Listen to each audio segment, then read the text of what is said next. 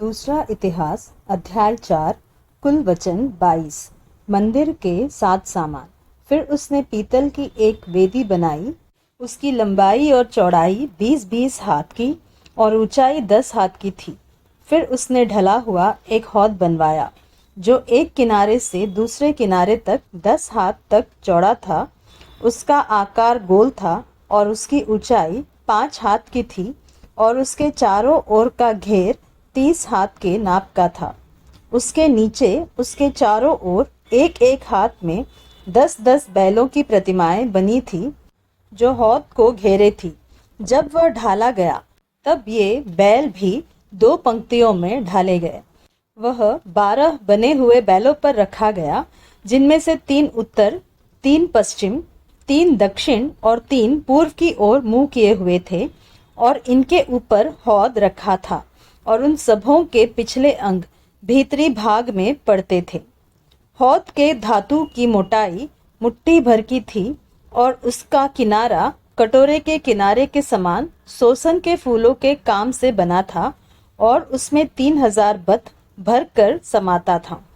फिर उसने धोने के लिए 10 हौदी बनवा कर 5 दाहिनी और 5 बाई ओर रख दी।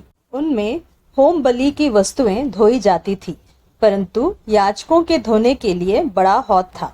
फिर उसने सोने की 10 दीवट विधि के अनुसार बनवाई और 5 दाहिनी ओर और 5 बाई ओर मंदिर में रखवा दी। फिर उसने 10 मेज बनवाकर 5 दाहिनी ओर और 5 बाई ओर मंदिर में रखवा दी। उसने सोने के 100 कटोरे बनवाए।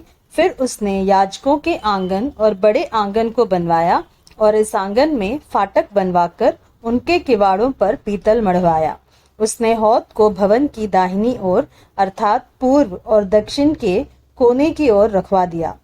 हुराम ने हंडों, फावड़ियों और कटोरों को बनाया। इस प्रकार हुराम ने राजा सुलेमान के लिए परमेश्वर के भवन में जो काम करना था उसे पूरा किया, अर्थात 2 खंबे और गोलों समेत वे कंगनियां जो खंभों के सिरों पर थी और खंभों के सिरों पर के गोलों को ढाकने के लिए जालियों की 2-2 पंक्ति और दोनों जालियों के लिए 400 अनार और जो गोले खंभों के सिरों पर थे उनकी ढाकने वाली एक एक जाली के लिए अनारों की 2-2 पंक्ति बनाई।